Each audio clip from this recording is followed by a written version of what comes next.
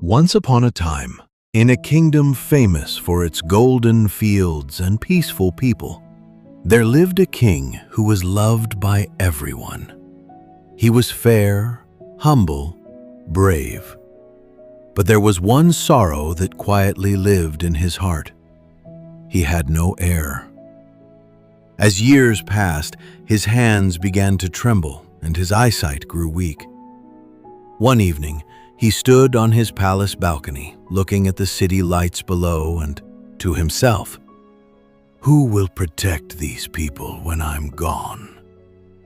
That night, the king rode to a quiet hill where an old sage lived in a small hut. The sage was known for seeing the truth in people. The king bowed and said, "Guruji, I don't want my kingdom to fall into the hands of greedy people. Tell me how to find a true successor." The sage listened carefully, then smiled as if he already knew the answer. He said softly, "Announce a race, but not a race of speed, a race of character." The king leaned forward, the sage a plan into his ear. The king's face changed, his fear became hope. The next morning, drums echoed across the kingdom. Royal messengers announced, "Tomorrow at sunrise, the king will open the gate of destiny. Whoever reaches the palace before sunset will be declared the next ruler." The minister, "Your Majesty, people will run like mad. Anyone can reach the palace in a day." The king smiled. "Not anyone. Only one who can rule himself first." At sunrise, thousands of people began running toward the palace, but the road had something nobody expected. The sage had advised the king to build 7 special gates on the way, each gate designed to trap a different weakness. Gate 1, the gate of comfort. Soft beds, shaded tents, and cold drinks were set up. A sign read, "Rest for a while, you deserve it." Many said, "Just 10 minutes." And they slept for hours. Gate 2, the gate of praise. Actors stood there cheering loudly. "You look like a future king. Come, take a crown photo." People stopped to pose, to listen, to enjoy attention. They forgot the real destination. Gate 3, the gate of comparison. A huge mirror wall showed people others running ahead. Some got angry, some got jealous. Some lost confidence and sat down saying, "What's the point?" Gate 4, the gate of entertainment. Music, dance, comedy, everything free. Crowds gathered like a festival. Time disappeared. Gate 5, the gate of easy money. A man offered gold coins. "Take this and sign your name. Why struggle for the throne?" Many grabbed money and left, happy with less. Gate 6, the gate of pleasure.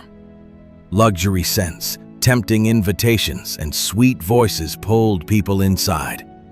Those who entered didn't even realize how long they stayed. Gate 7, the gate of fear. At the final point, guards shouted, "Turn back! The king is dangerous! Many have failed!"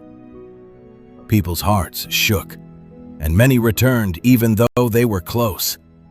Not one person reached. By late afternoon, the palace was still empty. The minister stood beside the king. "Your Majesty, thousands started. Not one has arrived." The king replied, "They didn't lose to the road. They lost to themselves." The sage nodded. "Power is not given to the fastest feet, but to the strongest mind." Just as the sun began to touch the horizon, the guards saw someone walking, not running, towards the palace. A young man. His clothes were dusty, his face was calm, his eyes were steady. The guards tried to confuse him. "There's entertainment inside. Come later. Others are already selected. Sunset is near. You're too late." The young man simply said, "I'm not here for comfort. I'm here for a purpose." And he walked in. The king's eyes filled with tears. "You saw the 7 gates?" the king asked. "Yes," the young man replied. "I saw comfort, praise, jealousy, entertainment, greed, pleasure, and fear." He paused and said, "But I also saw something bigger. My life. If I stop for small things, I will lose big things." The sage smiled. "This is the one who can control himself, can control a kingdom." The king held the young man's hand and announced, "From today, you are the heir, not because of your birth, but because of your discipline." Dear ones, this story is not about a king. It is about you. Every time you start a goal, comfort says, "Start tomorrow." Praise says, "Show off first." Comparison says, "You're not good enough." Entertainment says, "Just one more video." Easy money says, "Take shortcuts." Pleasure says, "Enjoy now, regret later." Fear says, "Don't try, you'll fail." And most people don't fail because life is hard. They fail because distractions are sweet. Remember these lines. Discipline is choosing what you want most over what you want now. Small distractions create big regrets. The strongest person is not the one who wins outside, but who wins inside.